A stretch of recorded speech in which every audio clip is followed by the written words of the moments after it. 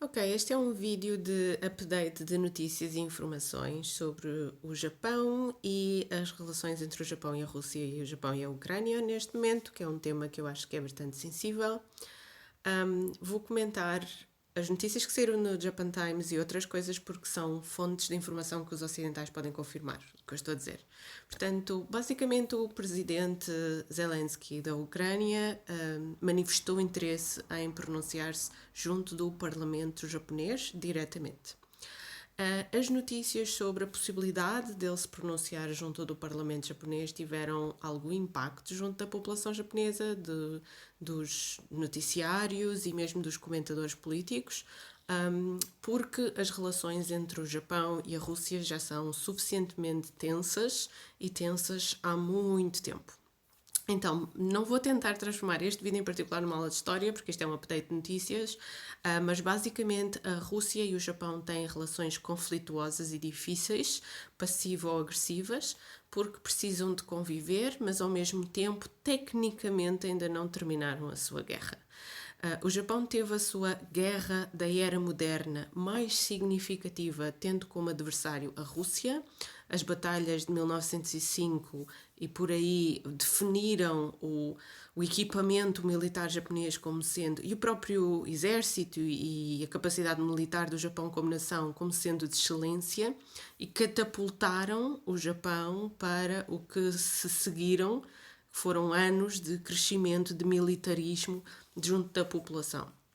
Então houve essa guerra com a Rússia. Depois também houve outro episódio a seguir, que foi o facto de, em sequência da Segunda Guerra Mundial, a Rússia, do ponto de vista dos japoneses, a Rússia ter ocupado territórios que correspondem ao Japão. Claro que a Rússia tem um discurso diferente e defende que estes territórios deveriam já ter sido legitimamente russos e, portanto, que essa ocupação era legítima. Então há territórios, os chamados territórios a norte do Hokkaido, que o Japão defende que estão ilegitimamente ocupados pela Rússia, e isso nunca foi resolvido.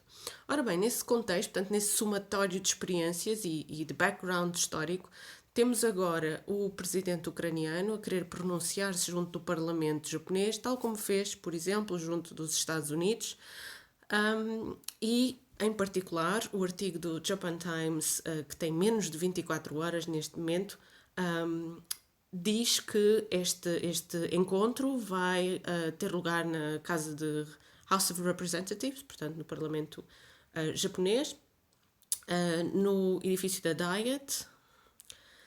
Zelensky has already made virtual address to Parliament in Europe and Canada. Portanto, isto vem na sequência deles já ter falado com os Estados Unidos, com a Europa e com o Canadá. Ora bem, os japoneses, a população japonesa e os comentadores políticos, as opiniões dividem-se.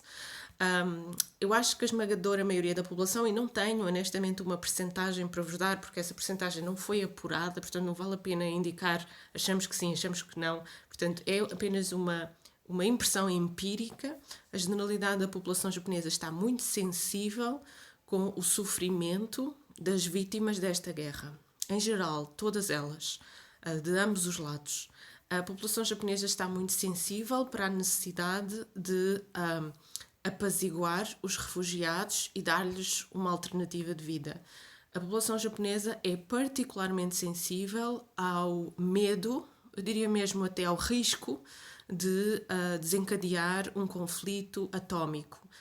Note-se que o Japão foi a única nação à face da Terra cuja população civil levou com bombas atómicas em cima e, eventualmente, o país reconstruiu-se depois disso. Mas é uma questão sensível e muitos japoneses acham que pronunciar-se no Parlamento pode ser uma violação da Constituição japonesa, porque a Constituição japonesa determina que em caso de conflito em caso de conflito causado do lado de fora do Japão, o Japão não pode criar uma aliança com um dos lados do conflito. Tem que ouvir ambos os lados e tem que ouvir ambos os lados em condições de igualdade. Então há de facto comentadores políticos e população japonesa que defende que, calma lá, nós não podemos violar a nossa própria Constituição japonesa ao dar preferência a este presidente se pronunciar no nosso Parlamento sem haver uma ocasião igualitária de pronunciamento do outro lado deste conflito, que neste caso é a Rússia, independentemente de termos tido um historial de conflito com eles e assuntos ainda não resolvidos.